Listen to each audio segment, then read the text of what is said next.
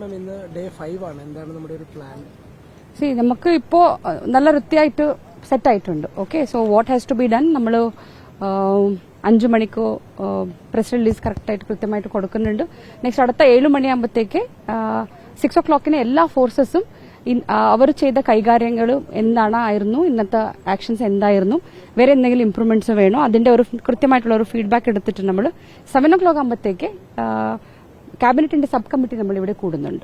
എല്ലാ ഓഫീസേഴ്സും പിന്നെ മന്ത്രിമാരും എല്ലാവരും കൂടിയിട്ട് അതിലെ ഈ കാര്യങ്ങളൊക്കെ ചർച്ച ചെയ്തിട്ട് അടുത്ത ദിവസത്തെ കൈകാര്യം എങ്ങനെ ആയിരിക്കണം അത് കൃത്യമായിട്ട് നമ്മൾ ചർച്ച ചെയ്തിട്ട് ഫൈനൽ ആക്കുന്നുണ്ട്. ആക്ഷൻ പ്ലാൻ എല്ലാ ദിവസവും ആക്ഷൻ പ്ലാൻ തയ്യാറാക്കുന്നുണ്ട്. സോ അതിൽ നമ്മൾ കുറച്ച് മൈന്യൂട്ട് ആയിട്ടുള്ള അഡ്ജസ്റ്റ്മെന്റ്സ് എന്തെങ്കിലും ആവശ്യമുണ്ടോ, ഇല്ലെങ്കിൽ ഫോഴ്സിൽ നിന്നും അവർ കൊടുക്കുന്ന ഫീഡ്ബാക്ക്, ഇനി ബാക്കി അവർക്ക് എന്തെങ്കിലും കൂടുതലായിട്ടോ എക്വിപ്മെന്റ്സോ കാര്യങ്ങളോ എന്തെങ്കിലും ആവശ്യമുണ്ടോ അത് നോക്കിയിട്ട് അടുത്ത ദിവസത്തേക്ക് നമ്മൾ ഡിപ്ലോയ്മെന്റ് പ്ലാൻ ചെയ്യുന്നുണ്ട്. സോ അങ്ങനെ നമ്മൾ ഇന്നലെ ഒരു ഫീഡ്ബാക്ക് എടുത്തു. കുറച്ചും കൂടി കാഡബർ ഡോഗ്സിന്റെ ആവശ്യമുണ്ടോ എന്നാണ് പറഞ്ഞത്. അത് മറ്റു സംസ്ഥാനത്തിൽ നിന്നും നമ്മൾ അറേഞ്ച് ചെയ്തിട്ടുണ്ട്. അപ്പോൾ കൂടുതലായിട്ട് കാഡബർ ഡോഗ്സ് നമുക്ക് കിട്ടും. അതല്ലാതെ നമ്മൾ ഒരു ഡ്രോൺ സർവേ നടത്തിയിട്ട് മാപ്സ് റെഡിയാക്കി കോർഡിനേറ്റ്സ് ഒക്കെ കൊടുത്തിട്ടുണ്ടായിരുന്നു.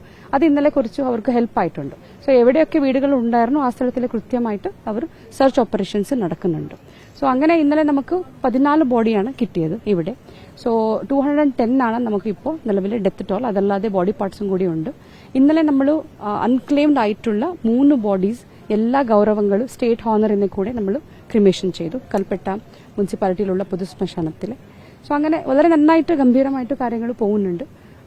ആവശ്യമായിട്ടുള്ള എല്ലാ സാധനങ്ങളും നമ്മൾ ഇന്നലെ നമ്മൾ മുണ്ടക്കൈ ഭാഗത്ത് ഒരു സിഗ്നൽ കിട്ടിയതിനെ തുടർന്ന് രാത്രി നമ്മൾ തെരച്ചിൽ നടത്തി. അപ്പൊ ഇനി എപ്പോ അത് മുന്നോട്ട് പോകുന്നുണ്ടോ അതോ അത് ക്ലോസ്ഡ് ചാപ്റ്റർ ആണോ? ഇല്ല, അത് നമ്മളൊരു ഡബിൾ ചെക്ക് ചെയ്തു. ഡബിൾ ചെക്ക് ചെയ്തിട്ട് ഇൻ പ്രസൻസ് ഓഫ് മീഡിയ എല്ലാവരും ഉണ്ടായിരുന്നു, ലോക്കലായിട്ടുള്ള ആൾക്കാരും ഉണ്ടായിരുന്നു. ആ വീട്ടിൽ നിന്ന് ഓണർ തന്നെ വന്നിട്ട് നമ്മൾ വിളിപ്പിച്ചിട്ട് അതൊക്കെ എല്ലാം വൃത്തിയായിട്ട് ചെക്ക് ചെയ്തിട്ട് അവിടെ ഒന്നും ഇല്ല എന്താണ് കൺഫേം ചെയ്തിട്ട് നമ്മൾ റെസ്ക്യൂ ഓപ്പറേഷൻ നിർത്തിയത്. സോ ഇന്നലെ നമുക്ക് 4 ആൾക്കാർ ലൈവായിട്ട് കിട്ടി. അത് നമ്മൾ എയറക്കി ചെയ്തു, പിന്നെ നമ്മൾ കണ്ടെത്തി. അപ്പോൾ നമ്മൾ സ്ട്രെച്ചറിൽ താഴോട്ട് കൊണ്ടുവന്നു. ഇന്ന് നമ്മൾ ചാലിയാർ റിവർ ഭാഗത്തിൽ 40 കിലോമീറ്റർ ലോ ഏരിയന്റെ ഒരു റെക്കി നടക്കുന്നുണ്ട് കോസ്റ്റൽ ഗാർഡിന്റെ ആൾക്കാർ. സോ അവർ അവിടെ ആരെങ്കിലും കണ്ടുവന്നാൽ ബോഡീസോ എന്തെങ്കിലും കണ്ടുവന്നാലും ഫോട്ടോസൊക്കെ എടുത്തിട്ട് നമുക്ക് ഇമ്മീഡിയറ്റ് ആയിട്ട് ഇന്റിമേറ്റ് ചെയ്യും.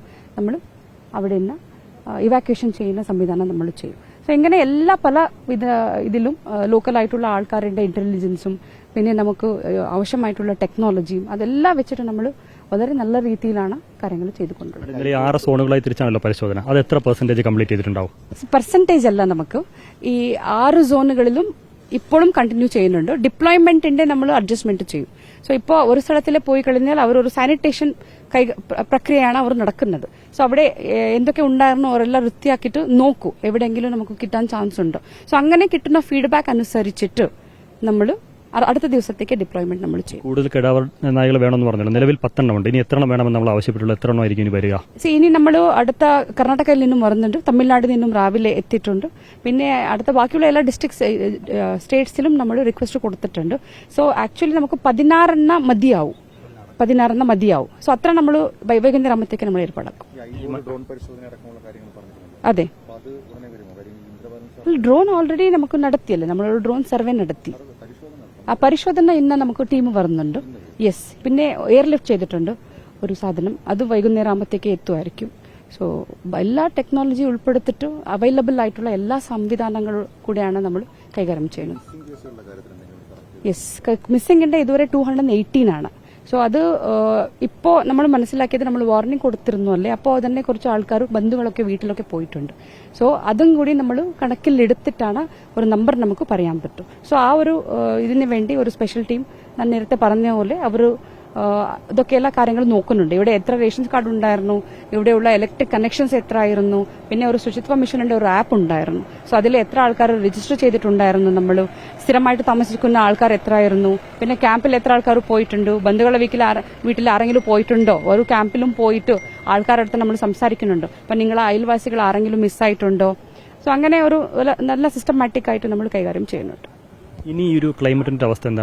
ഇടയ്ക്ക് ഉരുൾപൊട്ടൽ ഭീഷണിക്ക് വീണ്ടും നൽകിയിരുന്നു. അപ്പോൾ ജില്ലാ ഭരണകൂടത്തിന് ഇപ്പോഴത്തെ ഒരു വിലയിരുത്തലുന്നില്ല. വേറെ അത്തരത്തിൽ ജാഗ്രത നൽകിയ പ്രദേശങ്ങളിൽ ആശങ്കയുടെ സാഹചര്യം നിലവിലുണ്ടോ വയനാട്?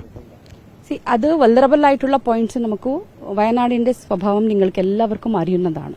സോ വൾനറബിൾ ആയിട്ടുള്ള ലൊക്കേഷൻസ് നമുക്ക് ഉണ്ട്.